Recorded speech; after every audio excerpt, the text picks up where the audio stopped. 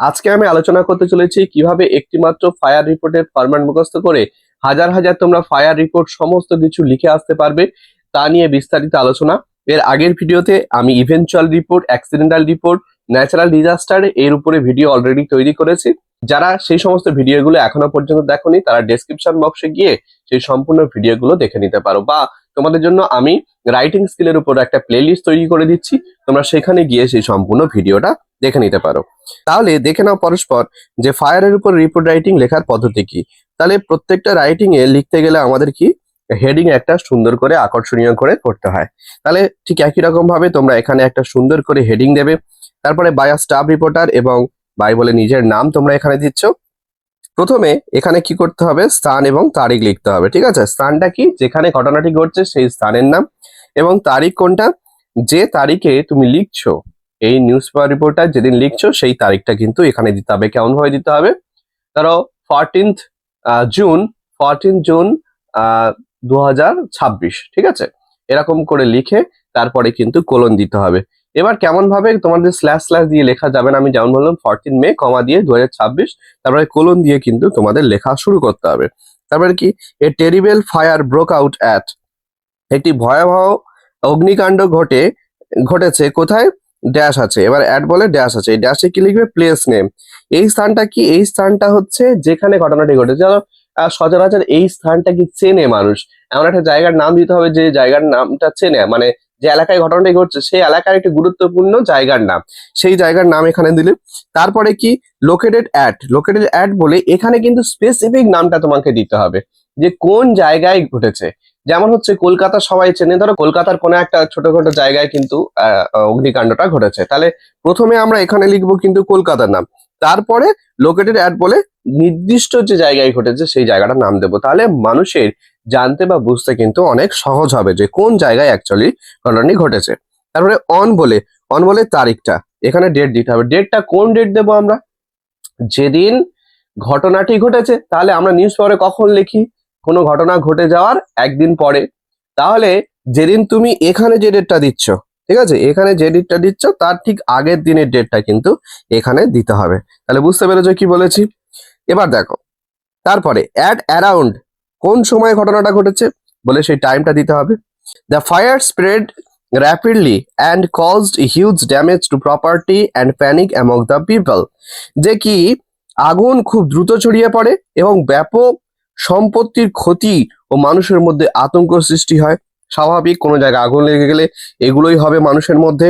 The reason behind the fire is believe to be, বলে এখানে possible cause মানে কি, এখানে সম্ভাব্য কারণটা কি, যে কি কারণে আগুনটা চারিদিকে ছড়িয়ে পড়েছিল।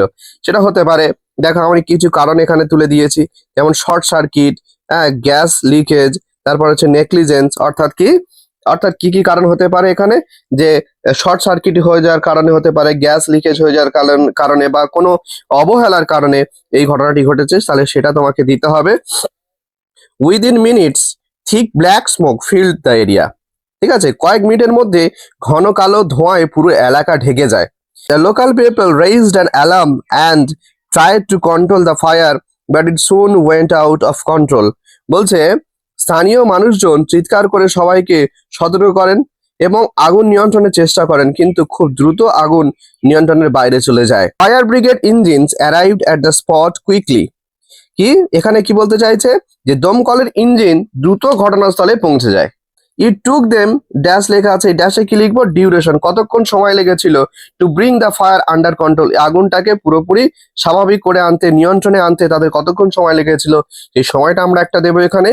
The police also reach the site and help maintain order, পুলিশও ঘটনাস্থলে পৌঁছে পরিস্থিতি নিয়ন্ত্রণে সাহায্য করে।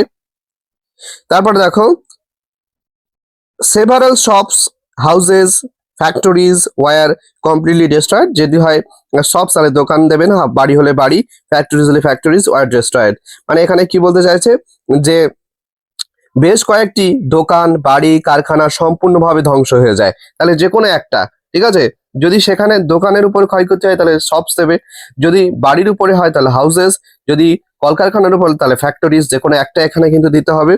আনফর্চুনেটলি, দুর্ভাগ্যজনক বশত, ড্যাশ বলে কি, এখানে কতজন মানুষ মারা গিয়েছে। People lose their lives in the fire and some people were injured and taken to the nearby hospital. তাহলে এখানে ড্যাশে কি দেবে, ড্যাশে যতজন মানুষ মারা গিয়েছে সেই সংখ্যাটা কিন্তু এখানে দিতে হবে। দুর্ভাগ্যজনকবশত যে 2 জন কি 5 জন কি 10 জন মানুষ এই অগ্নিকাণ্ডে প্রাণ হারান এবং কয়েকজন আহত হয়ে নিকটবর্তী হাসপাতালে ভর্তি হন। The estimate loss in the lakhs of rupees, ক্ষতির পরিমাণ কয়েক লক্ষ টাকা বলে অনুমান করা হচ্ছে। Some brave locals helped rescue people trapped inside, কিছু সাহসী স্থানীয় মানুষ ভিতরে আটকে পড়া লোকজনকে উদ্ধার করতে সাহায্য করেন।